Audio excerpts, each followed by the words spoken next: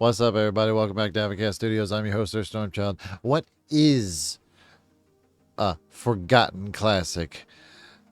It's basically one that's probably been on your shelf forever or you think about a lot. What is a cult classic? Very few people know what you're going to be talking about. So we're going to be talking about these. It's kind of a revisit on something I already did, but I'll be all right. So, number one, don't go near the park. I don't know why they call it Don't Go Near the Park. They mention it once in the movie, and it really has nothing to do with that. Basic plot synopsis is there's two cave people, a man and a woman. I think they're a brother and sister or something. I don't know. Anyway, they got in trouble for eating, like, kids, being cannibals, trying to, further the search for Fountain of Youth. Apparently, it was in the blood of the youth. So they get in trouble for that, and now they grow old for 12,000 years or something, and then the only way they don't die is by eating children, so they clearly learned their lesson. And then the male character, he ends up impregnating some woman. We'll say it's consensual. And then they have to sacrifice the kid on her 16th birthday. And then at one point, she just takes an amulet and shoves it down her throat. And then she turns into an old lady and sets her parents on fire. It's a wild movie. I mean, it's a good B movie. It's competently directed. It's, got a good soundtrack to it. The editing keeps a good pace. The script, again, is very confusing, and it's like, all right. And not everything works, but if you like kind of, that 70s horror thing, yeah, this is up your alley. It's the last place you'll ever play. It's actually really enjoyable, I have to admit. But that was done by a competent director. This next one, number 2, Ice from the Sun. Oh boy, this one's this one's a different one. Easy plot synopsis. It's Hellraiser, but not. It's like Hellraiser, but you had like $100 and it's the 90s and you're stuck in Missouri and you really want to make this film. It is got a lot of gore in it. It's got a lot of terrible shaky cam, unfortunately. Well, I mean, that's like all they could afford was like a handheld thing. There's a lot of nudity.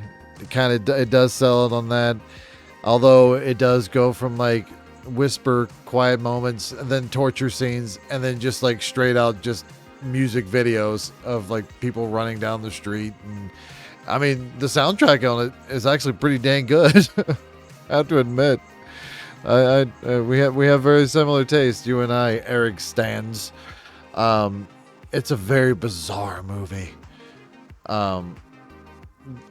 Basically, like 5 people need to be sacrificed, and then they start getting sacrificed. One chick gets drugged down the road. Some guy gets fed like pills, but like they're just like they tie him up and then like they stab him and jab the pills into him, and clearly that one guy, loved the end of a shovel. Yeah, the acting, it's not good. Direction, it's a mess, but it's very experimental. Music, it's, if you like alt metal, kind of punk rock scene, it's grungy. It's pretty good. Again, lots of gore and nudity. The script, it exists. And what I have down here is that it's like David Lynch plus Ministry plus Wizard of Gore, which is a better movie, plus Missouri plus 90s plus the plot of Hellraiser, but done with very little money. And the ending is left ambiguous whether or not she won. So yeah, that's that.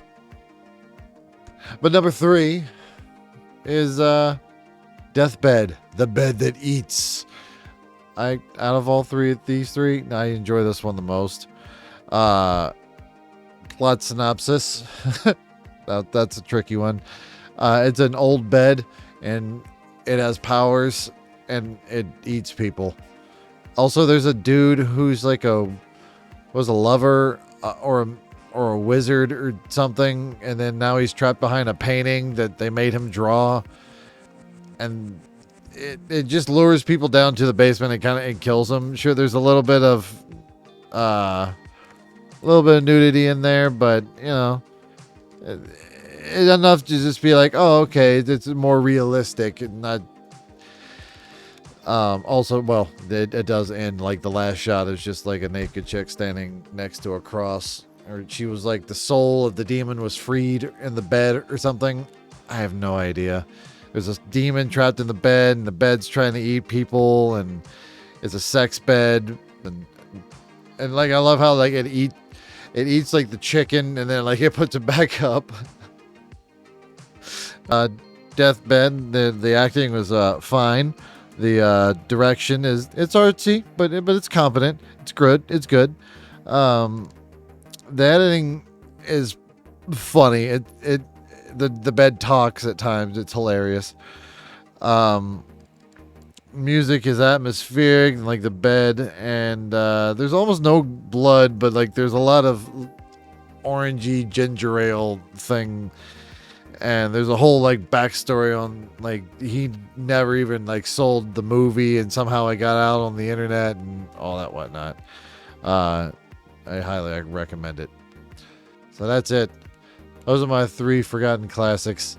Some that are probably on some horror movie lover shelf, and they're like, oh yeah, I own that. Yeah. Go watch it. Is there anything up your alley? That's cool. I hope you have a great and wonderful evening, day, noon, afternoon, and whatever you want to call the rest of all those little times in between. Please be safe out there, and I'll see you beautiful, beautiful people in the next one. All right. Stay safe, guys. Later.